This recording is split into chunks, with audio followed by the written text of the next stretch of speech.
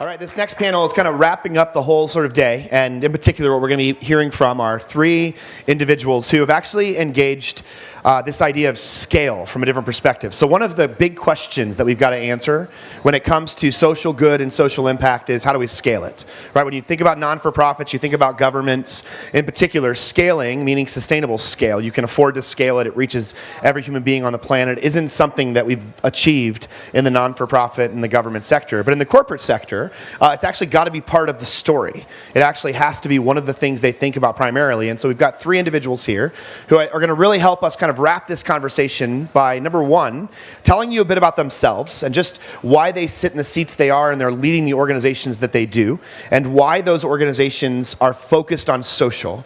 And then we're going to talk after that about scale conversationally. So let me have Ryan start. Ryan's a member of the Global Entrepreneurs Council and is doing some pretty amazing things as an entrepreneur. So, Ryan? Thanks, JR. I've been working with the United Nations Foundation for the last 4 years, and right now I'm a technology entrepreneur in San Francisco. I'm the co-founder and CEO of a company called Connect, which is launching here at South by this year. And previously I was in North Carolina building a company called iContact, which was in the email newsletter space. Separately, I have an investing fund that invests in companies that are scaling to solve social problems, big human challenges in the clean tech space, financial inclusion space, particularly in East Africa. So excited to be here today.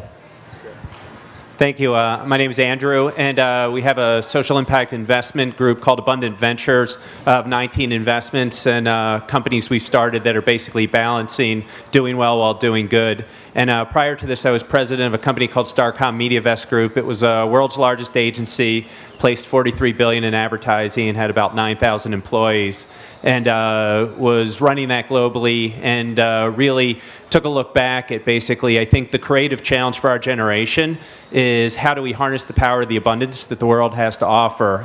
Was at a seminar, they were talking about the idea of the sun giving off enough energy in a single day to power the earth for a year.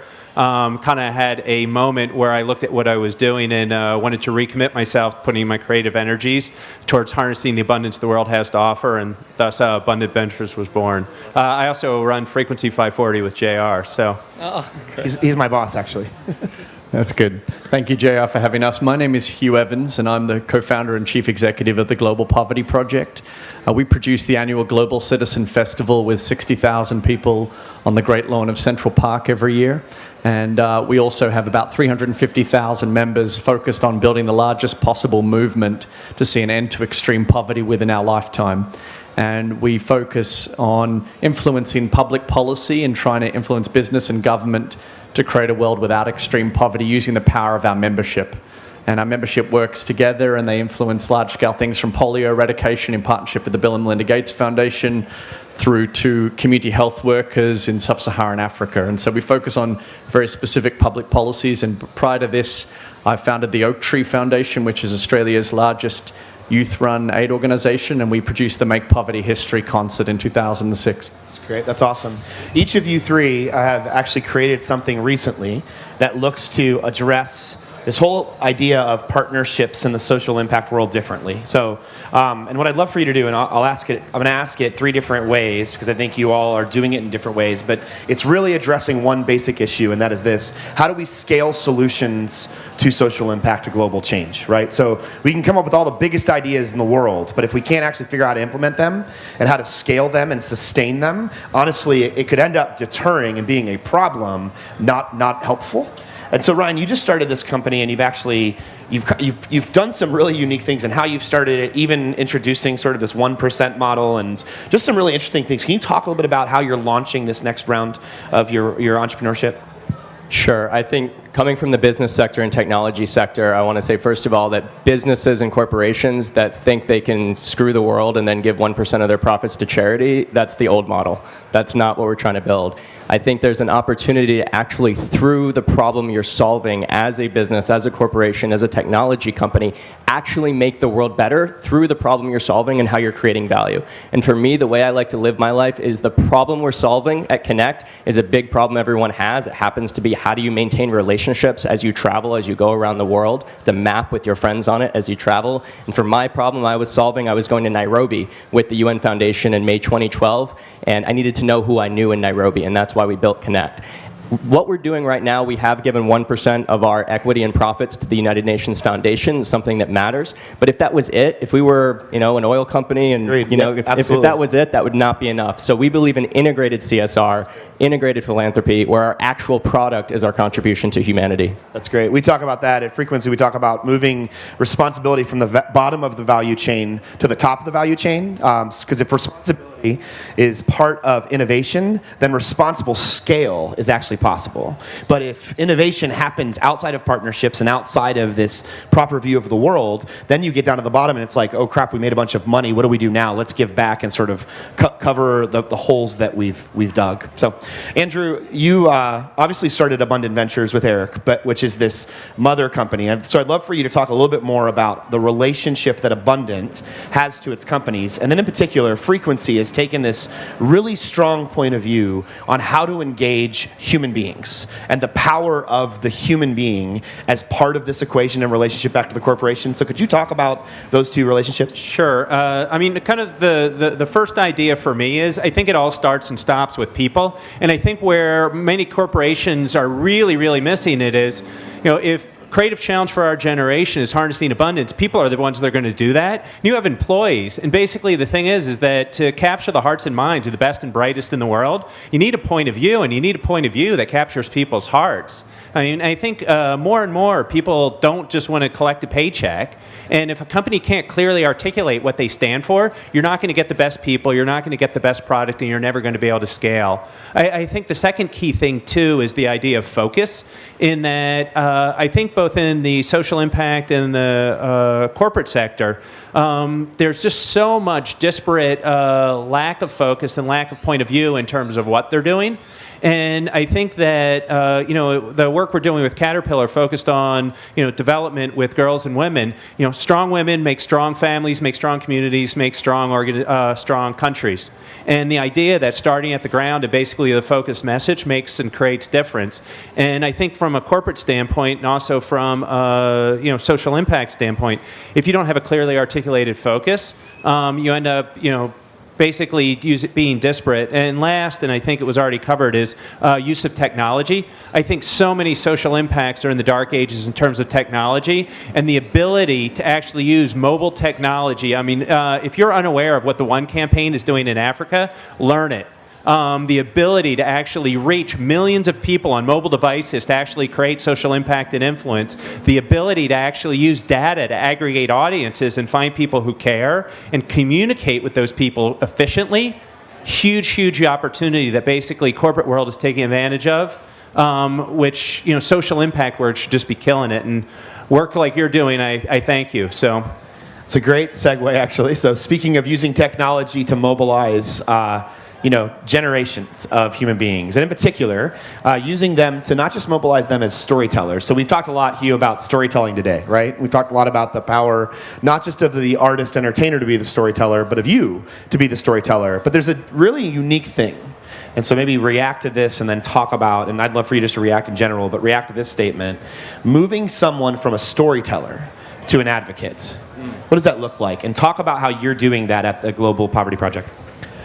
Yeah, so a couple of years ago, we had this dream of staging a concert in the Great Lawn of Central Park in New York City, and we asked the Foo Fighters and the Black Keys and a whole bunch of artists to perform for us for free, but we didn't want to reinvent Live 8 or Live Earth or those concerts that have been in the past. We said we have to think differently about the problem. And in fact, we have to front-end activism so that everyone who enters the festival has already become an activist through the process. So the way that we did it is we built an app and a website, globalcitizen.org, where you had to register as a global citizen. And you had to take action across 5 different dimensions in what you learn, say, give, buy, and do. And each of these actions would earn you points, and you could use these points to come to the concert for free. And so essentially, you'd already become very active in the process by the time you rocked up and you knew what the sorts of policies you were trying to influence. So to your point, JR, about how do you move someone from a storyteller to an advocate, we have this notion called a commitment journey. And so we say that people move from individual to collective action and from passive, like responsive, to active action. And it's almost like a log frame. You've got to take people on that journey across the 5 different types or categories of action. And so what we've been trying to do, because the first year, I think, of the festival, we didn't get it right. You know, we had too many people who were the clicktivists, and so we had to change the algorithm so that you weren't able to enter through clicktivism anymore. So last year, it was amazing. Everyone had to do real volunteer action or real purchasing action. So we had people go into stores, buy these Global Citizen t-shirts. Every cent of profit went to build schools in sub-Saharan Africa, but it also earned them points when they scanned the QR code. So they were becoming activists in their everyday life now because of the sorts of technology and what technology enabled us to build. And I think to the question around the role of the corporation in that, you know, we were able to see how major retailers, major media companies helped us become partners in the movement building process so that we were able to sign on tens of thousands of people. That's great. That leads us to a next round of questions. So, and let me start with Andrew on this one, then we'll go to Ryan and then finish with Hugh again, actually. Andrew, and I think, so Andrew was CEO of one of the largest media companies actually in the world, global CEO of one of the largest media companies in the world, and intentionally left that to create new things for lots of reasons. But one thing that I know I've learned from working with you is what the business world, what the corporate world has to teach the other two sectors. So when we think about the corporate sector, the government sector, and the non-for-profit sector, could you talk a little bit about what, you know, so often, to be honest, I think we dehumanize the corporate sector, and it's a shame. We shouldn't do that. It's actually made up of really great people, often who give, they care a ton about the work they're doing and believe they're part of something bigger than themselves, right? And I've actually learned a lot of this from you. What does the corporate sector has to teach the other two sectors about scaling social impact? How do we listen to that sector better? I'm just curious from you. You know, I think it's interesting that you said, how do we listen to that sector? I think one of the biggest things is listening, in that if you look at what corporations do and do really well, a lot of it is research and understanding. So understanding need, and again, coming back to the idea of focus. And again, you know, it's interesting. We had a client we were working with. They were spending $125 million on research on social and emotional learning. They had basically published and written and created a website on social emotional learning, and two people came to it because what mom says, well, I'm really curious about social and emotional learning for my 5-year-old. Yet we sat down with them, we talked about, I want my kid to have a good first day of school. You know, 10 million searches in August. I want my kid to not be a bully. My kid is being bullied. All of this, the answer is social and emotional learning. And I think the thing is what corporations do really well is they understand what people are looking for. Moms are actively looking to help their kid with social and emotional learning. They're actively looking to basically help and educate, but no one's Googling social and emotional learning. But there's 10 million people Googling bullying.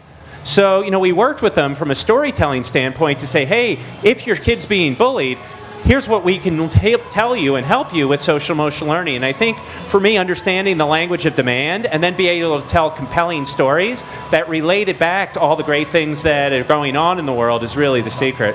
That's a great point. You know, it's interesting. I think we often tend to think of corporations as being like these really strong voices and all they do is talk, when in reality I actually think corporations really do understand how to listen to us as human beings and then figure out how to make those connections. Ryan, you represent, so if Andrew's represented big corporations, you represent the other side of the for-profit world. Talk about how you build a business and what other entrepreneurs, social entrepreneurs, or leaders in the non-for-profit world could learn from the entrepreneur who has to figure out at the end of the day, if this thing doesn't make money in 6 months, it won't be around. Can you talk a bit about that? Absolutely. So for me, the word entrepreneurship is sector agnostic. And what I mean by that is what entrepreneurs are people that solve human problems. And you can solve a human problem, a human challenge, in business sector, government sector, NGO sector, whichever. And it's important, if you're working in the business sector, it may be more effective to make your change in the nonprofit or government sector. If you're working in government or nonprofit, you have to consider that maybe you'd have a more scalable model, attract better talent, and more easily raise funding in the business sector. It all depends on the problem you're trying to change and your specific theory of change that you have for attacking that. Personally, I find for me that many, not all, but many problems can often be solved through a business model. And the thing that businesses often get, because they get that quick feedback from customers, they get the cocaine of funding from directly from customers instead of indirectly through donors.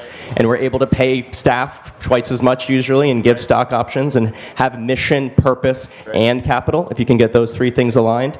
So I want to give an example of Change.org. It's a company started 4 years ago in San Francisco that I invested in with the founder, Ben Rattray.